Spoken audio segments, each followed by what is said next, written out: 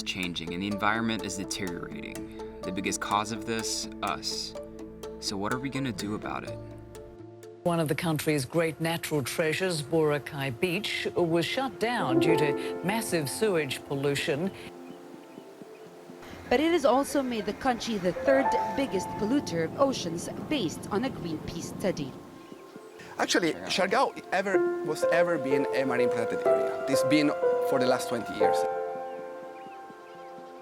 Well, the government says that the laws are in place to protect this piece of paradise, and it hopes that it will be a blueprint for other tourist destinations in the country and around the world. To clean up Manila Bay, you need a proper sewage system and a good waste management plan. The science seems easy, but the politics is not. If young people don't have faith in protecting the environment, what more can we do? The most important lesson I learned is not the money that makes a difference. You know what makes a difference? It's the heart. Puso. It's when you really care. Because if it's just about money, then we're going to ruin the planet. Following years of mismanagement, corruption, over-tourism and environmental degradation. I will close Boracay. Boracay is a cesspool.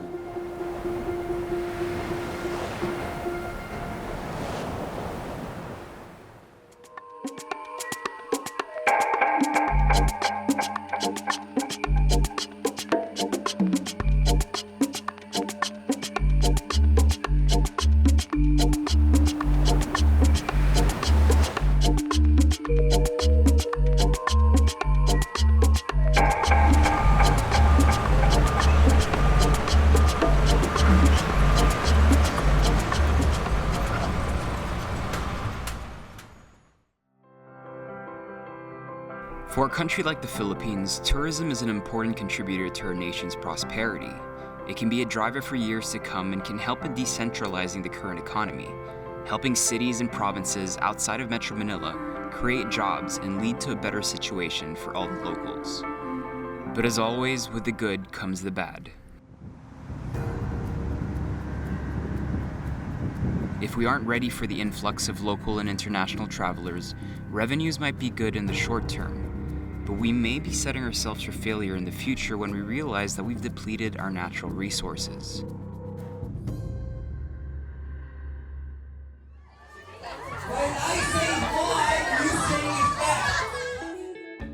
I teamed up with Cebu Pacific to help spread the idea of sustainable tourism, asking us, as travelers, to try and be more aware of our impact.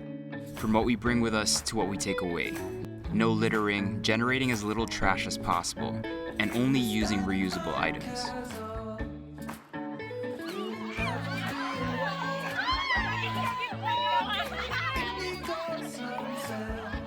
We don't want another Boracay, no? So let's fix the septic. Kailangan nga bang ipasara ng may 60 araw ang isla? But as Anna Corin reports, it will be with a lot of restrictions. It's really different to read about the closure and then be there. You like the closure or not? Are you happy about the closure or not? And they said, you know, we have mixed feelings because on the one hand, pinapansin na kami ng tricycle drivers. And I said, what do you mean? Kasi ate, pag may mga tourists dito, hindi kami pinipick up eh, kaya ang layo ng nilalakad namin. Pero walang trabaho si Papa, walang trabaho si Mama. And Boracay, for instance, it exceeded the development threshold. We would see walls that had 100 written on the walls. And I asked, why don't you sabihin ng 100? And my friend said, it means they have to be set back 100 meters. And that was wall after wall. And I was thinking, how did we get here? How did we get to a point where it's wall after wall that didn't follow the law? Siargao seems like a distant echo of Boracay. There was a master plan for Boracay, but it was never followed. Instead, resorts and developments, some with permits and environmental clearances, some without, were allowed to build with very loose rules. Development is happening, and urban development and tourism development had been happening, but with a lack of planning and long-term vision. What had been happening was, whether government or private sector, it was short-term and opportunistic.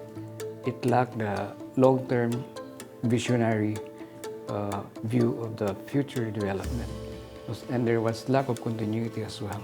And our country is an archipelago of beautiful islands. So there's a lot of opportunity for tourism. Unfortunately, again, the long term, the sustainability has been lacking.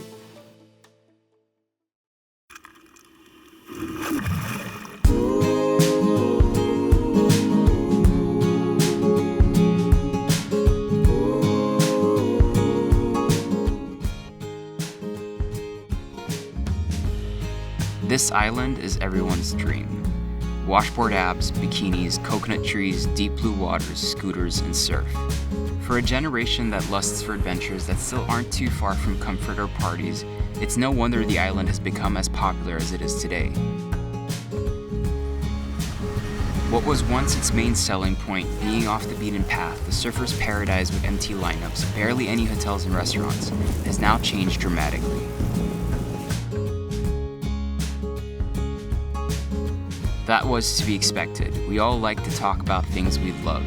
Organic sharing and social media just geotagged it permanently on people's brains. You know, Siargao for a while was just this island you had to fly to Cebu to get to for surfers. Yeah. And then I think within the last 3 years, it's probably safe to say it's become very popular on a world stage. Yes, and it's because it's the access now. It's not hard to go to Siargao anymore. Before we used to take the boat, there are no direct flights, but because of ease of transport, a lot more people it's easier for people to come here. But then they also bring the trash.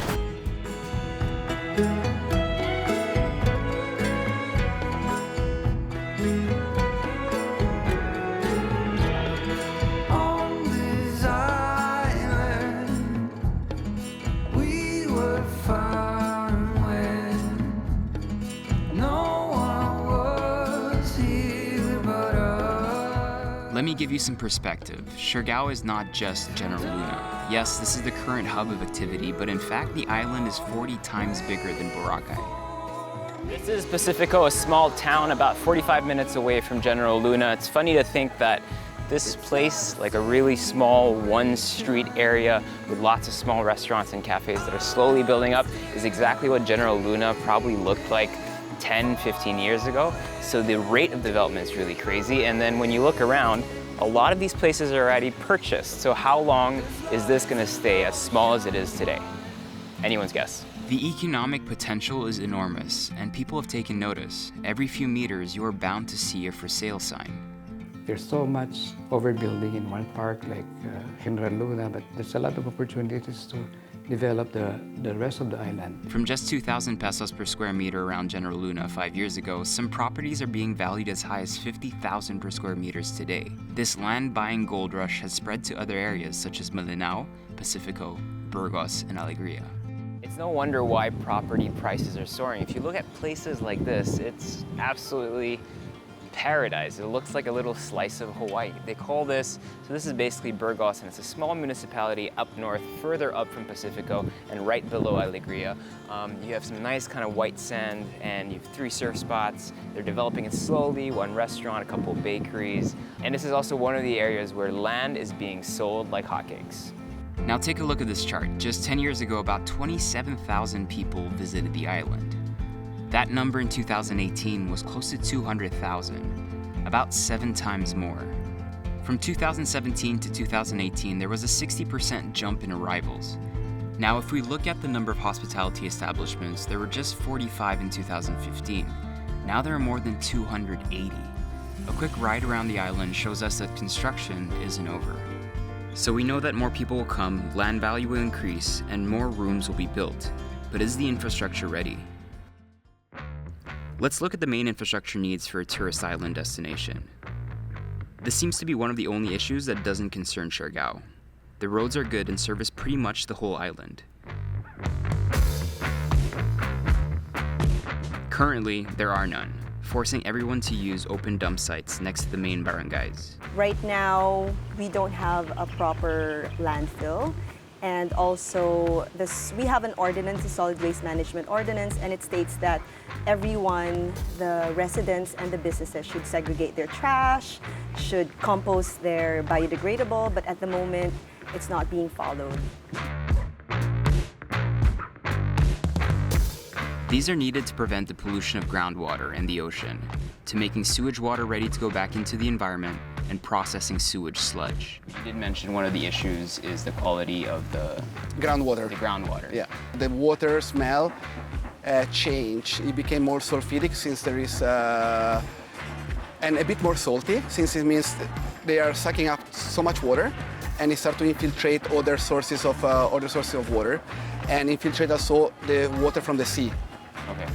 So it's just trying to grab as much water Yes, as and possible. plus all the septic tank around, since most of the resort they're getting the surface water, not really the one on the real ground that you have to go more than 60 to 70 feet deep. And that's the one that's the most smelly. But that one is the biggest difference I saw. All these things require massive investments from both the private sector and the government, and will definitely take time, which is why it's important that we do our part as travelers.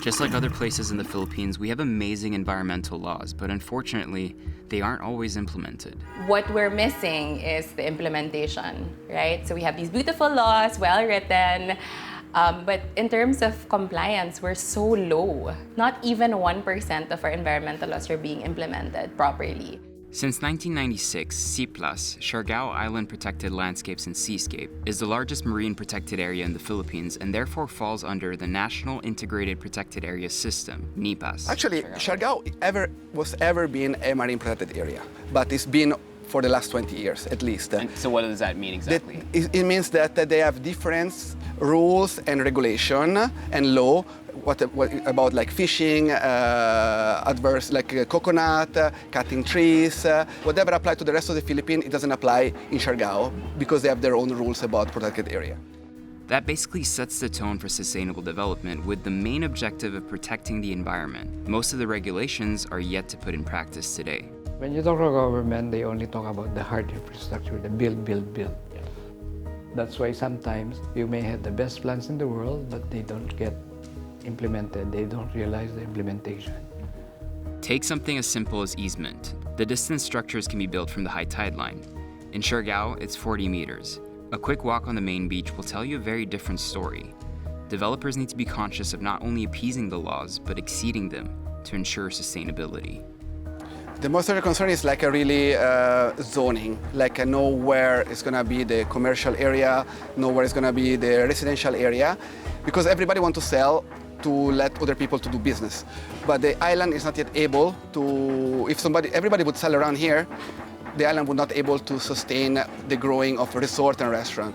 While waiting for development to catch up to the excitement, a sign of hope is the community and the stakeholders of the island, who are all aware of the issues and trying their best to implement them in their day-to-day.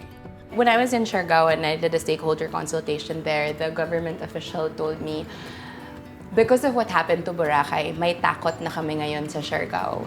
So we're actually doing compliance checks among the different business establishments. The impact on the local community has been as expected. Some have benefited greatly, for others, things have stayed the same. Tourism brings a lot of tourism dollars, income, remittances, and bureaucracy. But somehow, sometimes it's not balanced with the ecology, the culture, and so on. The closer they are to tourism hubs, the more likely they are to be presented with opportunities to prosper. Being previously mainly focused on fisheries and agriculture, there will have to be efforts made into making sure the island becomes food sustainable, as the number of mouths to feed keeps growing. So when one industry thrives, there will be inevitably another industry that will be affected. So for example, setting up a marine protected area. Of course, as a marine conservationist, I want to have marine protected areas. It's good for tourism. It's good for fisheries. But then what people don't realize is that we're taking away fishing grounds for fisherfolk, and they feel left behind. So when we do these things, when we establish marine protected areas, when we make zoning areas, we have to think about who's going to be affected and what's the best way to cushion that impact. Often you will see large fishing boats just a few meters off some of the islands in the archipelago, which is quite ironic because a visit to the market will reveal that there is not enough fish to go around. And then what we get in the market here is mostly from local fishermen, not from the big boat. From the big boat, go to Gensan, ship it whatever in the world. And you can see the fishermen are angry because they have less fish to sell for support their family. And also for us as resort owner thinking, there is less fish to buy. This also brings up the question of education. You need to be taught something is wrong for you to Yes. think and understand that it's wrong, Yes. right? So we have the weekly beach cleanups with the local kids. Not only does it show them the problem, but it also shows them that they have the power to be part of the solution. Our kids are the future, and as seen in projects such as the rehabilitation of Apo Island in the past, environmentally aware children will hopefully grow up into fierce advocates for their home's well-being. What do you think, what for you is kind of like your wish? As someone who lives here, who's made a life here, who has a business here, Yes. what do you hope all these people can bring to the table? I hope all of them would have corporate social responsibility. They can create a big impact if only they also think that it's important to give back to the community, not just by paying tax, but to have soul, Yeah. for businesses to have souls, because it's not just about money. It shouldn't be just about money. The way forward would be to really, for me, I think, is to really gather everyone together and encourage them to work together and solve this issue together, because not one sector can solve it alone. Like, not Sea Movement can't solve it alone. Nature Kids can't solve it alone. Even the LGU cannot solve it alone. Even the community cannot solve it alone. We need to be working together. And if we work together, it's easier for everyone to solve this issue. So what can we do as travelers? It would be way too simple and selfish for us to say to stop going to these places. But we need to be aware of the issues before we set foot on the island. That way we feel involved. We want clean air, clean water. That's not something I should be fighting for. That's a basic human right that every single person deserves. Be responsible, be informed, take part in cleanups, talk to the locals you meet. Ask them if you can help in any way. Support businesses that respect regulations, and leave only your wake in the waves.